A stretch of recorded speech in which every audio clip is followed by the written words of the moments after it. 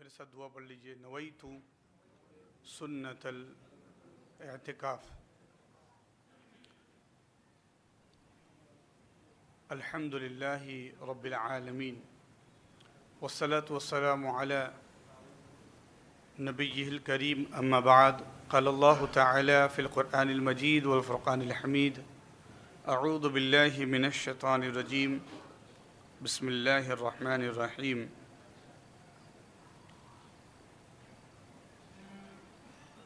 الرحمن علم القرآن خلق الإنسان علمه البيان، صدق اللہ العظیم۔ وقال حبیبنا قرة أعیننا صلی اللہ علیہ وسلم، اطلبوا العلم من المہد إلى اللحد، او کما قال علیہ الصلاۃ والسلام۔ اللہ پاک کا عظیم احسان، نماز ظہر کے بعد روشن مسجد پونے میں ہم رمضان المبارک میں فقہی درس میں موجود ہے، جس میں مسائل پیش کیے جاتے ہیں اور آپ لوگوں کے عنوان کے تحت سوالات و جوابات بھی ہوتے ہیں۔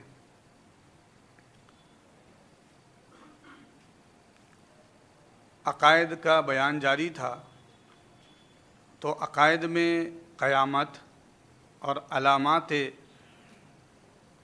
قیامت ذکر کیے جا چکے ہیں، اور اب اس میں ایسی کوئی چیز نہیں جو ذکر ہو۔ ہاں، البتہ ایک چیز یہ ہے کہ ہمیں جس کا معلوم ہونا ضروری ہے، اور وہ ہے اسلام کے احکامات، جو ہم اس میں تمیز نہیں کر پاتے۔ فرض کیا ہے، واجب کیا ہے، سنت کیا ہے، حلال کسے کہتے ہیں، حرام کسے کہتے ہیں، جائز کیا ہے، ناجائز کیا ہے۔ اس کے یہ ایک نام ہے، تو اس کے ٹرمینالوجی میں شریعت اسلامی میں یہ کیا چیز جائز اور کیا چیز ناجائز ہے، اور حلال کسے کہتے ہیں، حرام کسے کہتے ہیں، فرض کیا ہے، واجب کیا ہے، یہ بھی ایک تھوڑی سی گفتگو اگر محفوظ ہو جائے تو ہمیشہ کے سننے کے لیے لائق ہے۔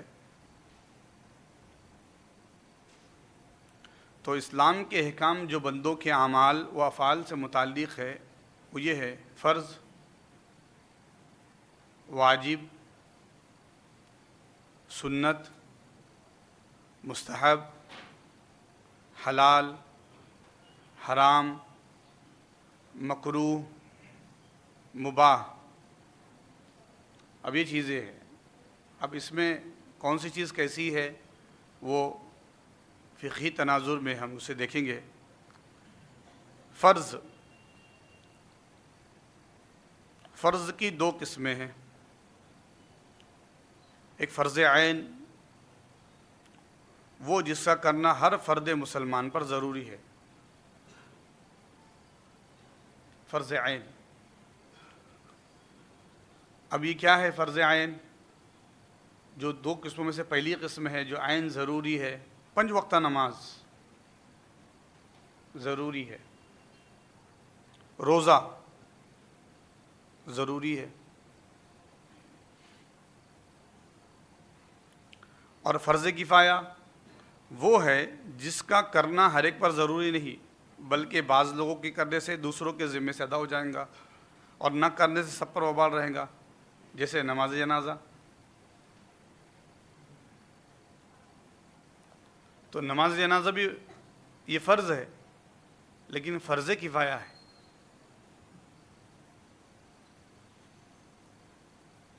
اب آپ یہ نہیں کہہ سکتے کہ وہ شرابی تھا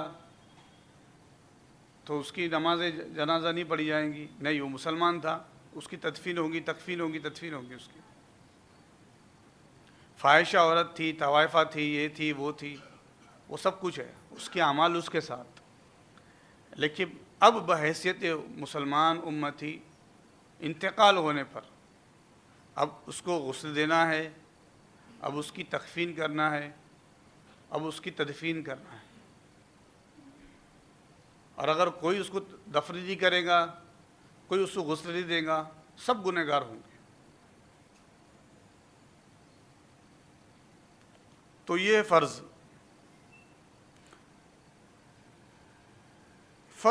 اب کیا ہے؟ وہ ہے جو دلیل قطعی سے ثابت ہو۔ دلیل قطعی کیا ہے؟ قرآن و حدیث واضح طور پر کہا کہ یہ کرنا ہے آپ کو۔ اب اس میں آدمی کو کوئی چھو چرا نہیں۔ اس کا انکار کرنے والا کافر ہے، اور بغیر عذر کے ترک کرنے والا فاسق، وہ مستحق عذاب شدید ہے، اس کو سخت عذاب ملے گا، شدید عذاب، انکار کرنے والا۔ تو اس لیے ہم ذہن میں رکھیں، یہ آج جو بہت ماڈرنائزیشن ہو گیا نا آج، تو جو ماڈرن جو ذہن کے ہیں وہ لوگ بولتے ہیں یہ 5 ٹائم نماز یہ ملاؤں کا کام ہے۔ اگر کوئی خاتون بولی چلو بھائی نماز کا وقت ہو گیا پڑھ لے، ہاں بڑی عالمہ بن رہی ہے۔ ارے بابا یہ سب پر فرض ہے یہ نماز، یہ ایسا تھوڑی کہ علمی طبقے کے لیے خاص ہے، جو مدرسے میں پڑھ رہے ہیں ان کے لیے خاص ہے۔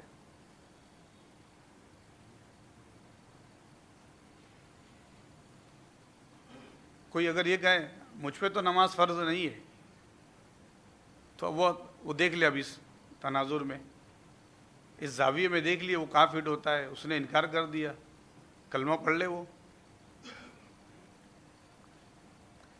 تو فرض وہ ہے جو دلیل قطعی سے ثابت ہے، قرآن و حدیث سے بالکل ثابت ہے جس کا حکم۔ واجب وہ ہے جو دلیل ظنی سے ثابت ہو، اس کا منکر کافر نہیں، لیکن انکار کرنے والا نیز بلا عذر چھوڑنے والا فاسق اور مستحق عذاب ہے نا۔ جو احادیث سے ملا اور باتیں ہوئی صحابہ کی، تو اس طریقے سے واجب ہونے کی شرطیں ہیں، مثلا نماز وتر، نماز عیدین وغیرہ، ہے نا۔ تو یہ واجب ہے، واجب کا چھوڑنے والا بھی فاسق ہے۔ اور فاسق کے تعلق سے جانتے ہیں گواہی نہیں ہوتی ہے، اس کی نماز ادا نہیں کیا، یعنی وہ امامت نہیں کر سکتا، وہ اس کی امامت میں نماز نہیں پڑھی جا سکتی۔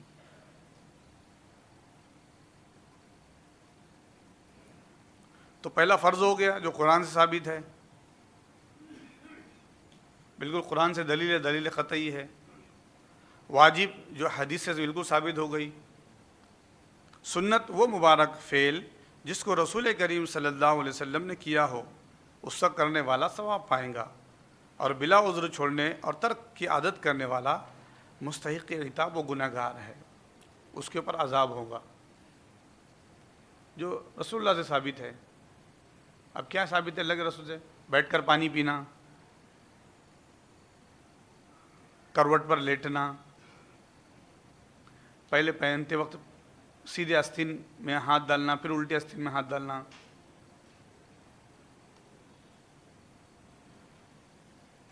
سیدھے پیر میں پہلے چپل پہننا، ٹوائلٹ میں پہلے الٹا پیر ڈالنا، نکلتے وقت پہلے سیدھا پیر باہر نکالنا، مسجد میں آتے وقت سیدھا پیر ڈالنا، نکلتے وقت الٹا پیر ڈالنا، یہ سنت رسول اللہ ہے۔ اب یہ سب جان رہا ہے اور پھر بھی تو پھر وہ عادت بنا لی ہے نا ہم نے، کھڑے کھڑے پانی پینے کی عادت بنا لی ہے، کسی طریقے سے بھی کپڑے پہننے کی عادت بنا لی ہے،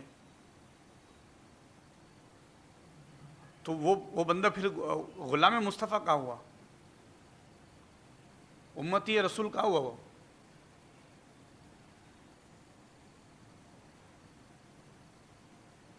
وہ رسول اللہ کا نوکر کا ہوا۔ اگر نوکر رہتا تو مالک کی سنتا، تو ہم نوکر ہیں، ہم غلام ہیں، ہم خادم ہیں، جو مالک نے کیا ہم وہ کریں گے، جو آقا نے کیا ہم وہ کریں گے۔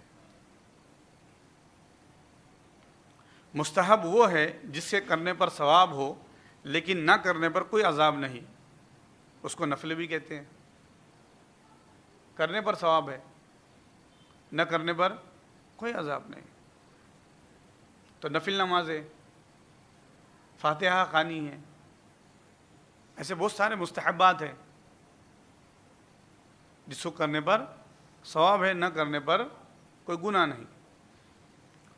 حلال وہ ہے جس کا کرنا دلیل قطعی سے درست و جائز ہو. قرآن سے ثابت ہو گیا، حدیث سے ثابت ہو گیا کہ یہ تمہیں حلال ہے تو حلال ہے، درست جائز ہے. حرام وہ ہے جس کا کرنا دلیل قطعی سے ممنوع و ناجائز ہو، قرآن سے منع ہے، اس کو حلال جاننے والا کافر اور مرتکب اور مستحق عذاب ہے. خون ہے اور بہت ساری چیزیں ہیں، سود،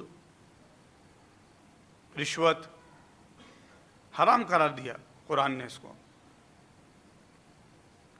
اب مکروہ وہ ہے جس کی ممانعت دلیل ظنی سے ثابت ہو.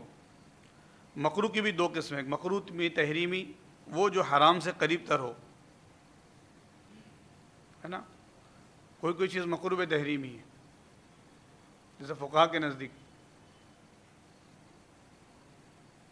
اور مکروہ تنزیہ وہ جو حلال سے قریب تر ہو، اس کا مرتکب گنہگار نہیں. یہ مکروہ ہے تنزیہی ہے. اب اس کی مثال میرے ذہن میں مکروہ تحریمی کی ہے، جیسے کہ آج بتایا جا رہا ہے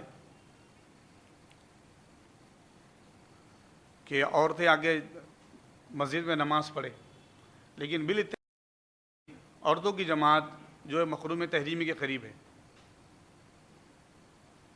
پھر بالکل ان کا الگ انتظام ہو، بہت پابندی ہے اس کے اوپر. عورت سیدھا آئے، نماز پڑھے، اس کا انٹرس الگ ہو، ایگزٹ الگ ہو، وہ تمام اس کے بہت سارے شرائط ہیں، لیکن پھر بھی فقہا نے اس کو منع کیا. لیکن بتایا کہ وہ مکروہ تحریمی ہے. سیدنا عمر فاروق رضی اللہ عنہ کے دور سے عورتوں کا آنا منع ہو گیا مساجد میں.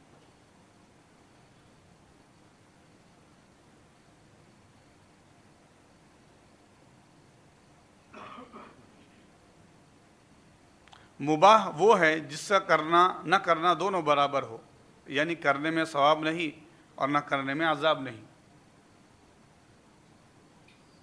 مباح ہے یعنی آپ کہیں جا رہے تو گاڑی سے چلے گئے، آپ نے گاڑی سے جاؤ، پیدل سے جاؤ، لیکن آپ کو کوئی بولا ارے گاڑی سے کیوں جا رہے، تو بھئی کیا ہو گیا، تیری گاڑی ہے کیا؟ اپنی گاڑی ہے، میں اپنی گاڑی سے آ رہا ہوں، اپنی گاڑی سے جا رہا ہوں. ہاں بغیر اجازت کسی گاڑی لے کر آ رہے کسی اور کی تو پھر وہ درست نہیں. تو مباح وہ ہے جس کا کرنا نہ کرنا دونوں برابر ہو، یعنی کرنے میں ثواب نہیں اور نہ کرنے میں عذاب نہیں. دین بولتے نا ان الدین عند اللہ الاسلام، اللہ کے نزدیک اگر کوئی دین ہے تو وہ اسلام ہے. تو اسلام، ایمان اور اسلام دونوں کے مجموعے کا نام دین ہے، یہ کوئی الگ نہیں. یہ تعریف دین اسلام کی ہے، ورنہ دین کے عام معنی مذہب و ملت کے ہے، خواہ کوئی ہو تو ملت، مذہب، دین یہ سب وہی ہے. تو یہ عقائد میں تھوڑا سا یہ حلال حرام، تو جو چیز حلال ہے حلال ہے، جو چیز حرام ہے حرام ہے، جو چیز جائز ہے جائز ہے، جو چیز ناجائز ہے ناجائز ہے. اب کوئی اس میں یہ نہیں کہہ سکتا کہ بھئی یہ چیز نہیں ہوتے ہوئے بھی اس کو حرام بول دیا. بہت امت میں لوگ ایسے پھٹ سے منہ اٹھائے اور بول دیے، بولے وہ محرم کا شربت حرام ہے. کیوں، تیرے اوپر کیا کہیں سے کچھ اترا کیا بھائی؟ فاتحہ کا کھانا حرام ہے بولے. تو اللہ کے واسطے ذرا معلومات حاصل کر لے، جہالت کی انتہا ہوتی ہے نا. بولے نہیں وہ غیر اللہ کا نام لگ گیا. غیر اللہ کا نام لگنے سے کیا کھانا حرام ہو جائے گا؟ پھر مسجد عمر اس سے کیا کریں گے؟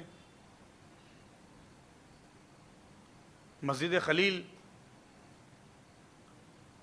غیر اللہ کا نام لگ گیا، پھر تو مسجد میں نماز نہیں پڑھیں گے پھر تو ہم.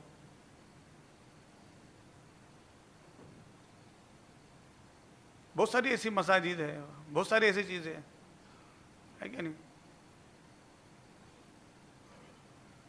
اچھا یہ تو چلو مسجد ہے، خود کا گھر بنایا ہوا ہے، کاشیانہ قصر پیلس، فلاں فلاں پیلس اپنے نام کے ساتھ لگایا، پھر تو نہیں رہ سکتے تم گھر میں ہو. زمین اور آسمان ملکیت سب اللہ کی ہے، پھر تم کیوں رہ رہے اس میں؟ تو یہ سب بیکار کی باتیں ہیں، اس میں کوئی مزہ نہیں ہے. اس کو سمجھنا چاہیے ہم. اتنا بھی آدمی جو ہے وہ تنگ نظر نہیں ہونا چاہیے، اور اتنے بھی آدمی جو ہے جہالت کے اندھیرے میں نہیں رہنا چاہیے کہ وہ منہ اٹھائے اور کچھ بھی بول دے. سب نیتوں کے اوپر ہوتا ہے. تو جو محرم کا شربت ہو یا کھچڑے ہو یا پھر 22 رجب کی پوریا ہے، یہ جو بھی ہے، اس کے تعلق سے بہت لوگوں میں کنفیوژن ہوتا ہے، بہت وائرل ہوتا ہے.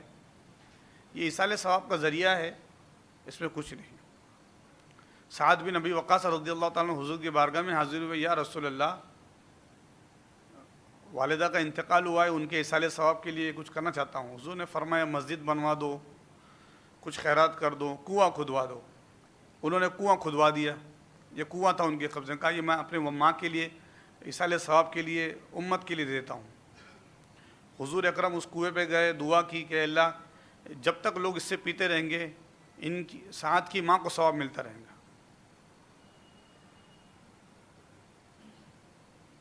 تو اب لوگوں کے ذہن میں کیا ہے؟ حضرت سعد بن ابی وقاص کی ماں کے ایصال ثواب کے لیے کنواں وقف ہے. تب کیا وہ سب پینے والے سب صحابہ کرام معاذ اللہ سب غلط ہو گئے؟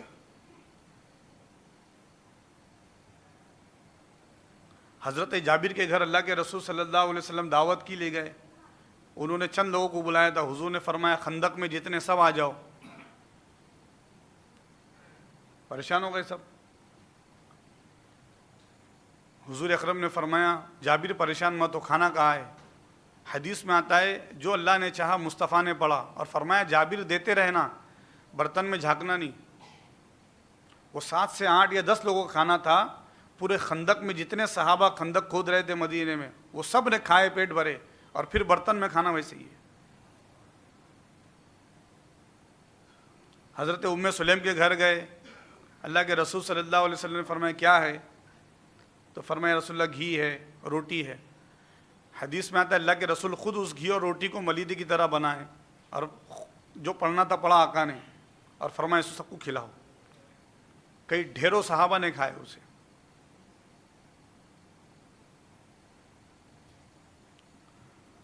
تو کھانا سامنے رکھ کے پڑھنا نہیں پڑھنا ہے، عجیب عجیب بحثیں امت میں چلتے رہتی ہے.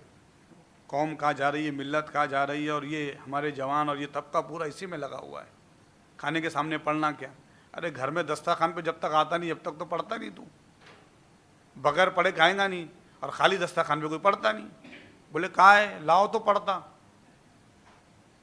کبھی کوئی ایسا دیکھا کہ بسم اللہ وعلی برکت اللہ، بسم اللہ لا یضر مع اسمہ شیء فی الارض ولا فی السماء، خالی دسترخوان پہ پڑھ رہا؟ کوئی نہیں پڑھتا. افطاری کی دعا خالی دسترخوان پہ نہیں پڑھتے جی. دسترخوان جب تک ہے تبھی تو افطاری کی دعا پڑھتے. تو اللہ کا کلام اور یہ تمام چیزیں کھانے پہ تو پڑھی جاتی ہے، تبھی تو شیطان نہیں کھاتا نا اس کو. جس پہ اللہ کا کلام پڑھا جائے وہ شیطان نہیں کھاتا.